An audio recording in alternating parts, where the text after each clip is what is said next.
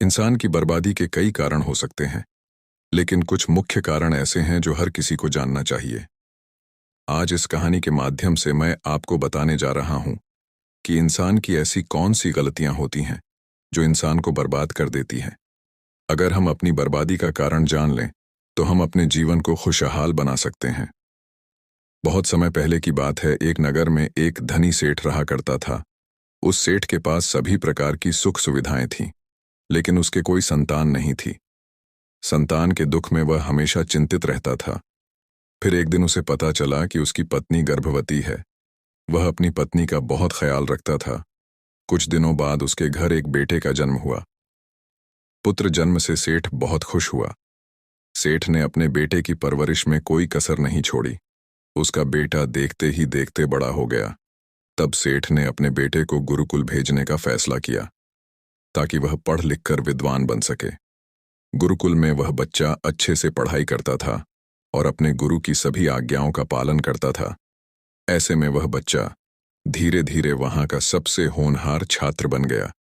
गुरुकुल में बालक ने सभी वेद, पुराण और शास्त्रों का अध्ययन किया और एक महान विद्वान बन गया। लेकिन कहते हैं ना कि समय कब बदल जाएगा, यह कोई नहीं जानता। ऐसे ही एक दिन किसी प्राकृतिक आपदा के कारण उसके माता पिता की मृत्यु हो गई, और जब उसके माता पिता की मृत्यु हुई तो बच्चे की शिक्षा पूरी नहीं हुई थी। बच्चे ने खबर सुनी कि उसके माता पिता अब इस दुनिया में नहीं हैं और उसका सब कुछ बर्बाद हो गया है।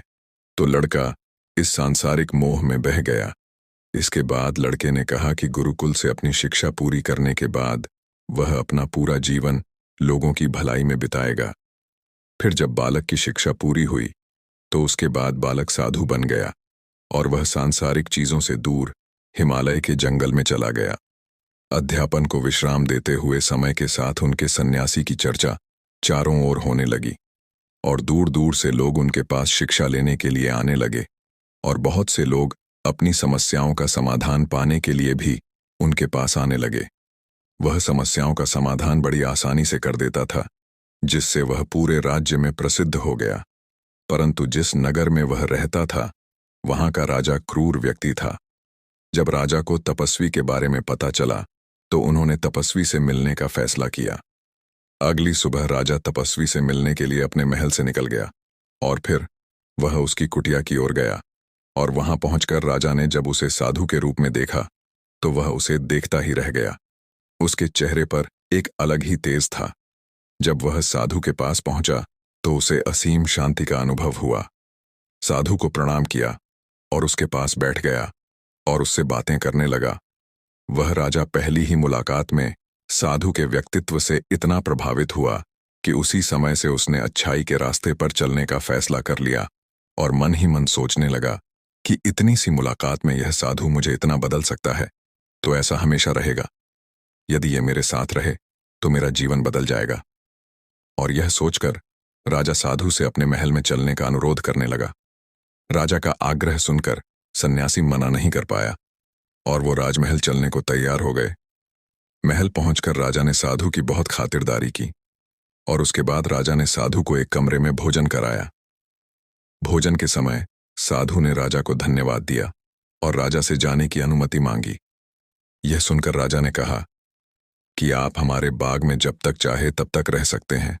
आपको यहाँ किसी भी प्रकार की असुविधा नहीं होगी, और आप यहाँ रहेंगे तो हमारे लोगों को भी अच्छा लगेगा और हमें भी अच्छा लगेगा। यह सुनकर साधु ने राजा का प्रस्ताव स्वीकार कर लिया। राजा के आदेशानुसार सेवकों ने एक सुंदर कुटिया बनाई। उसके बाद साधु उसी कुटिया में रहने लगा। राजा ने उनकी बहुत सेवा की, लेकिन कई वर्षों के बाद राजा और रानी को किसी जरूरी काम से दूसरे राज्य में जाना पड़ा। उन्होंने साधु की सेवा के लिए एक सेवादार नियुक्त कर दिया, लेकिन राजा के जाने के बाद वह सेवादार बीमार पड़ गया और अपने घर चले गए और कभी लौटकर वापस नहीं आया। तो तपस्वी को गुस्सा आ गया और उसने राजा को खूब खरी खोटी सुनाई और राजा से कहा कि जो जिम्मेदारी आप पूरी नहीं कर सकते, वह जिम्मेदारी आप क्यों लेते हो। तब राजा ने तपस्वी से पूछा, हे सन्यासी, क्या मुझसे कोई गलती हो गई है? तो इसके लिए मैं आपसे क्षमा मांगता हूं। कृपया मुझे क्षमा करें, अपना क्रोध शांत करें और बताएं कि क्या हुआ था। ये सुनकर साधु ने उससे कहा कि तुम्हारे जाने के बाद मुझे यहाँ किसी ने भोजन नहीं दिया और मुझे कई दिनों तक कष्ट सहना पड़ेगा। यहाँ आकर मैं भूखा रहा और किसी ने मुझसे मेरा हाल भी नहीं पूछा। ये सुनकर राजा ने तपस्वी से माफी मांगी और कहा कि आज के बाद ऐसी गलती नहीं होगी। फिर कुछ देर बाद मामला शांत हुआ। जब राजा और तपस्वी के बीच बातचीत चल रही थी, रानी छुपकर सारी बातें सुन रही थी। उसके बाद राजा ने उस तपस्वी को शिकायत का मौका नहीं दिया और उसकी खूब सेवा की। लेकिन कुछ दिनों के बाद राजा को किसी जरूरी काम से अपने राज्य से बाहर जाना पड़ा। लेकिन इस बार राजा ने राज्य से बाहर जाने से पहले अपनी रानी से कहा कि जब तक मैं न आऊं तब तक तुम स्वयं ही उस तपस्वी की देखभाल करोगी। यह सुनकर रानी बोली, हाँ महाराज, आप अवश्य जाइए, मैं सन्यासी महाराज की अच्छी देखभाल करूंगी। बाद में रानी प्रतिदिन भोजन बनाकर सन्यासी महाराज के पास भेजती थी।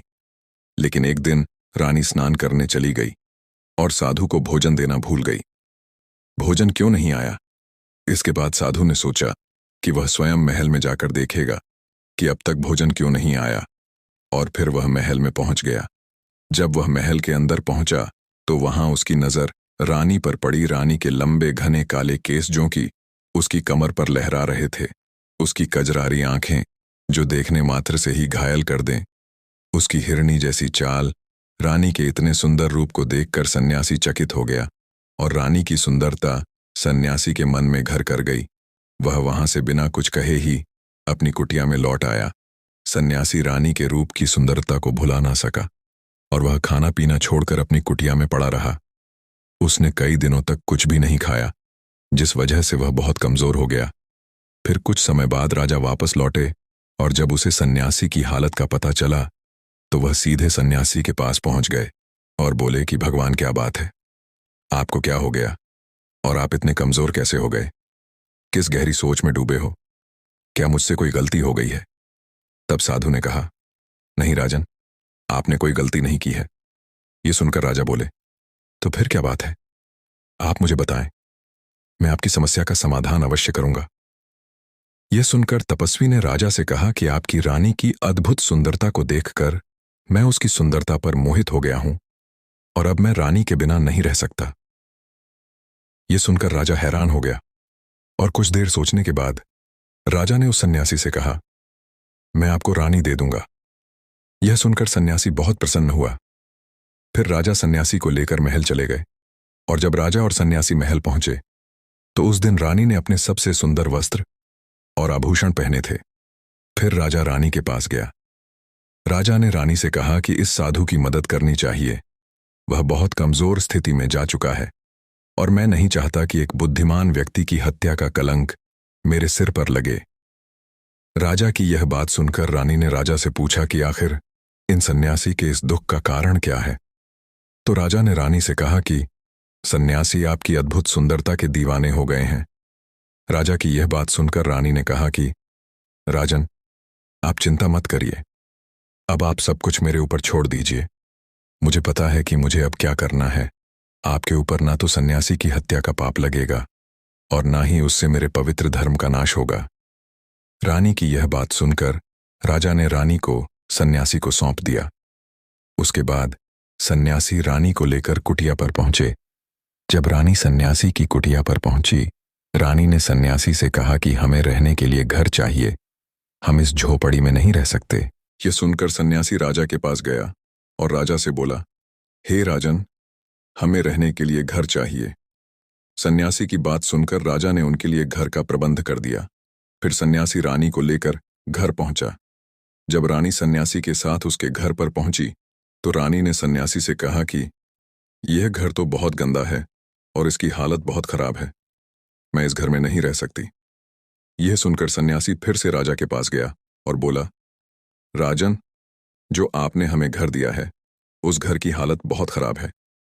सन्यासी की बात सुनकर राजा ने उस घर की हालत ठीक करवा दी। उसके बाद फिर रानी घर के अंदर गई और नहा धोकर बिस्तर पर आ गई। तभी साधु भी बिस्तर पर आ गया। फिर उसके बाद रानी ने साधु से कहा कि आप जानते हैं कि आप कौन हैं और क्या बन गए हैं। आप एक महान साधु थे जिनके लिए राजा स्वयं सभी आवश्यक चीजें उपलब्ध कराते थे, जिनके पास दूर दूर से लोग ज्ञान प्राप्त करने आते थे। जो लोगों को सत्य का मार्ग दिखाते थे, जो लोगों की समस्याओं का समाधान करते थे, जिन्हें सभी लोग गुरु मानते थे, जिसे सब लोग भगवान मानकर पूजते थे, और आज आप वासना के कारण मेरे गुलाम हो गए हैं। रानी की यह बात सुनकर साधु को झटका लगा और उसे एहसास हुआ कि वह एक साधु है और यह सब क्या कर रहा है। वह ये सब सुख सुविधाएं छोड़कर शांति की तलाश में जंगलों में चला गया था। साधु जोर जोर से रोने लगा और चिल्लाने लगा और रानी से कहने लगा कि मुझे क्षमा कीजिए महारानी, मैं यह क्या करने जा रहा था। मैं अभी आपको राजा को सौंप कर आता हूं। सन्यासी की बात सुनकर रानी ने सन्यासी से प्रश्न किया कि साधु महाराज, मेरे मन में एक प्रश्न उठ रहा है, कृपया मेरे प्रश्न का उत्तर दीजिए। रानी की बात सुनकर सन्यासी ने कहा कि पूछो, तुम्हारा क्या प्रश्न है। रानी ने कहा कि जब आपको उस दिन भोजन नहीं मिला तो आप बहुत क्रोधित हो गए। तब मैंने आपके यह रूप पहली बार देखा था और तभी से मैं आपके व्यवहार में परिवर्तन महसूस कर रही थी। ऐसा क्यों हुआ? साधु महाराज, आखिर आपको इतना क्रोध क्यों आया?